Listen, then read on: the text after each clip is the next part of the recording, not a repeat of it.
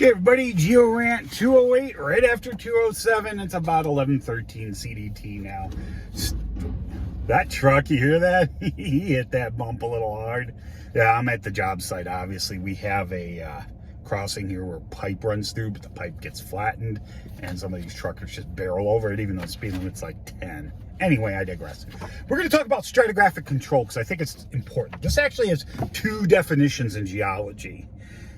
And they're not really that related. The first one has to do with ore bodies. Stratigraphic control will be the stratigraphy. How does that control that ore body into the ground?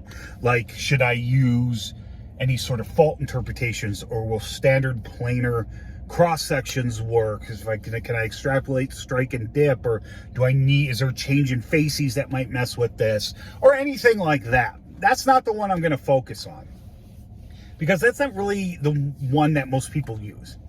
The second one is stratigraphic control. It's basically, if you're out making a geologic map or just in general testing out in the field work, stratigraphic control is how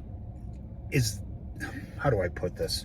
Stratigraphic control is the mechanism needed in order to extrapolate data and correlate geologic units.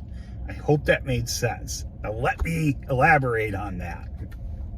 What does all that mean? Well, when you're making a geologic map, most of the time, you're not going to have a Grand Canyon scenario where everything's going to be nice and at the surface for you. Okay? You're going to have things covering things up. Like in the Midwest, the biggest thing that covers up bedrock and the basement rock out here is the Quaternary glacial deposits and the modern stream deposits and loess deposits. All those things will cover up things I might be trying to map. Now, if I'm mapping that surface stuff, that's fine, you know. I still might need some drill cores because you have things like grass growing out of things, and forests and trees and things like housing developments that cover things up. So you may not be able, so the best exposure you might be able to get is a small outcrop here, small outcrop there, another one down there. Well, how do you tie those together? We got to use stratigraphic control. You got to know if there's a well-established stratigraphic concept of the area, a good strat column, you can base it off that. You can use that. Now, those are actually really helpful. But if you're more virgin area, you may not have that. And you may have to, make your best guess.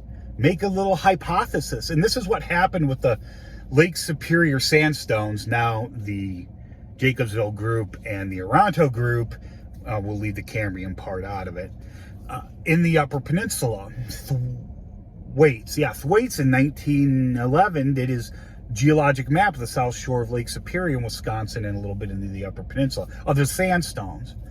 And he did not have very good stratigraphic control. A lot of that is forested. There was not a lot of development back then. Even though it was like 10 years ago, something like that, a little more. Roads were bad. We didn't have the access. He didn't have access to a boat a lot of times, because water is another thing that covers up the geology.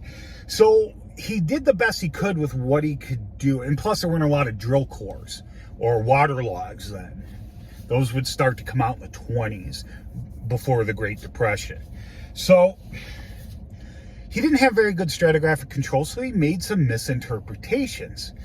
Well, one of them turned out to actually be accurate, and as I found out, because I made the same interpretation and then found his stuff and was like, holy crap, the guy was right. Sometimes those old timers get it right. I already said that before in another video. But anyway, so you make the best interpretations you can based off the available data. Sometimes exposure is worse than that. Sometimes you'll go up a hill and it may not have a lot of vegetation on it, but it's a real rubbly. And there's a lot of like regolith and stuff like that. So you basically map where the highest point of a lithostratigraphic unit occurs, because rocks don't roll uphill. So you don't want to use stuff near the bottom or falling down. You got to find the highest, and that's horrible. I hate using float to map, but it happens.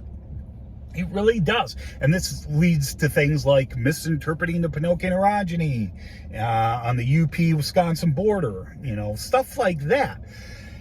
So there's weak stratigraphic control. So most people, what they do, if they can't correlate it, and this is actually what you should do, you just put it as a new unit and give some suggestions as to what it would be. Informal unit.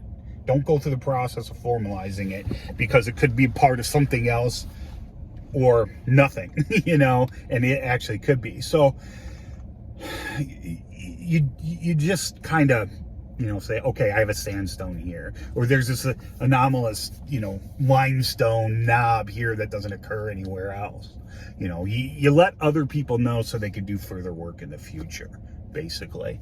And, and even sometimes when you have good stratigraphic control, you mess up your interpretations. But a lot of times you just don't have that stratigraphic control. You don't have that continuous outcrop where you can use like Steno's laws, like of lateral continuity. Oh, look, that side of the canyon is exactly the same as that side. They have the exact same rock, so they must have continued at one time. It's really hard to do that over, a few dozen kilometers in glaciated areas when you're not doing glacial geology. Now, stuff like the Baraboo quartzite in Wisconsin probably has, I would say, good stratigraphic control. I don't want to say great. The Grand Canyon has great stratigraphic control. The Baraboo, I would say, is good, because there's still some things we don't know. Like, I am in the camp that the Dake quartzite is younger than the Baraboo. And when I say younger, I mean by like 1,000,000 years or 5. I don't mean by like 100. It's not that much younger. It's still all part of the Baraboo interval. So there's some people that think it's a lot younger. I don't. But there's some people that think it's actually part of the Baraboo quartzite. But in order to do that, you have to have a massive fault running through there. And we know from drilling it doesn't exist. So the Dake quartzite is its own unit. But it resembles some parts of the Baraboo, the conglomeratic parts, really well. But it has to be its own unit. And that's fine. You can get repetition of deposits. I mean, the only thing that separates them is... what is it? I don't think I have it, do I? Anyway, why I digress? I don't want to get too off topic. But I'm going to do a couple other videos here while I still have time after this. Or one that will just be a book, thing. I want to show you some of the books that I've written.